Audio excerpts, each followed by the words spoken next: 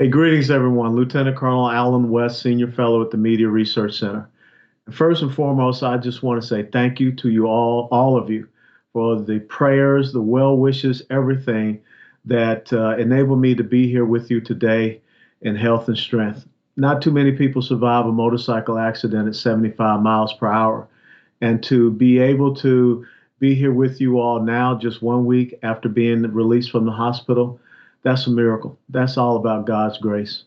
And when I think about God's grace, I'm thinking about God's grace to shine down upon America right now. When you look at the situation that we are in, and we all can agree on one simple thing, that what happened to that young man up in Minneapolis, Minnesota, George Floyd, was horrible.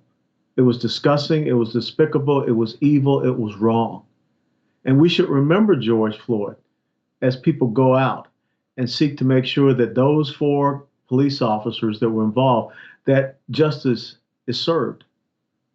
But the thing that I don't like, what is happening across America, is that once again, as Rahm Emanuel said, you never want a serious crisis to go to waste. And when I look at these nightly reports, to include right here where I live in Dallas, of the riots, the looting, the destruction of property, think about a small business owner that just got their business opened back up, only to have it destroyed by someone for no other reason. I don't know what we're going to do. Early Thursday, we met Corboy Bala, who invested his life savings into opening this sports bar. Right, trying to steal the safe! While our cameras were rolling, looters came back to try to steal his safe. It hurts, man. It's not fair. It's not right. You know, we've been working so hard for this place. You know, this is not just for me, it's for my family. See, these riots, they're not protests. These are not protesters. These riots have nothing to do with George Floyd. These riots have everything to do with progressive, socialist, leftism, and anarchy. And that's why I want to talk a little bit about this organization called Antifa. These are very shadowy groups whose backers generally do not speak publicly, but use legitimate, peaceful protests as a vehicle to instigate violence and destruction to promote their anti-government beliefs. What did I tell you? This video posted on social media shows the man who has become the face of the anarchist demonstrators who police say hijacked the peaceful protests downtown. Which should have been squashed the moment that it reared its ugly, serpent-like head. Antifa, they say, stands for anti-fascist. But to just understand how ignorant the people that call themselves members of Antifa, the very fact that you're going out and destroying businesses, the very fact that you're going out and attacking people because you disagree with them, that shows you're a fascist yourself. And who would have ever thought that in my America, your America, the America that my father went off to fight for and against Nazi Germany, that we would have this new brown shirt kind of fascism happening right here in our own country. But think about this. The Democrat Party spawned Antifa. You have not seen many people come out and condemn it because the Democrat Party is used to creating domestic terrorist groups. We know that the first domestic terrorist group that the Democrat Party created was the Ku Klux Klan, and they still exist. And now we have this new domestic terrorist organization called Antifa, which we need to leverage all of our efforts and means to destroy. And that means finding out who's resourcing them, who's supplying them.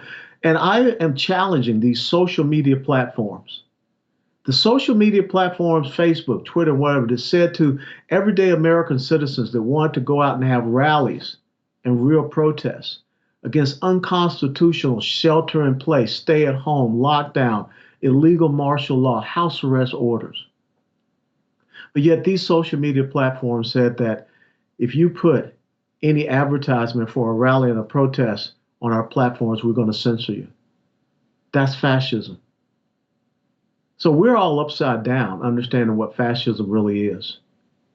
And to consider the fact that Antifa is using social media to organize, to send out their orders, to send out their plans. Mark Zuckerberg, Jack Dorsey, you haven't said a single thing. And look at the media.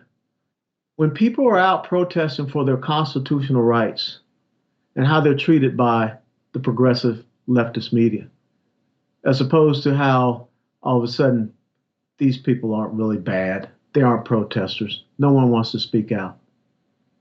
I remember what Barack Obama did to a conservative grassroots movement called the Tea Party, his political opposition. He used every means of government to crush it. And we know about that IRS scandal, Lois Lerner, and all that happened. I've decided to follow my counsel's advice and not testify or answer any of the questions today. But no one was held accountable for that.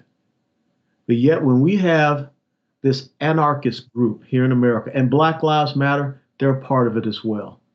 Because Black Lives Matter in every case, not just when you think it's something that aligns with your ideological agenda. So let's pull together.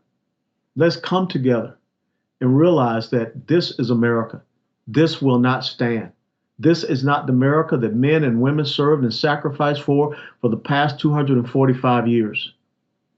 And these groups that call themselves Antifa, Black Lives Matter, and what have you, just remember one thing. There are those of us that took an oath. That oath was to support and defend the Constitution of the United States of America against all enemies, foreign and domestic.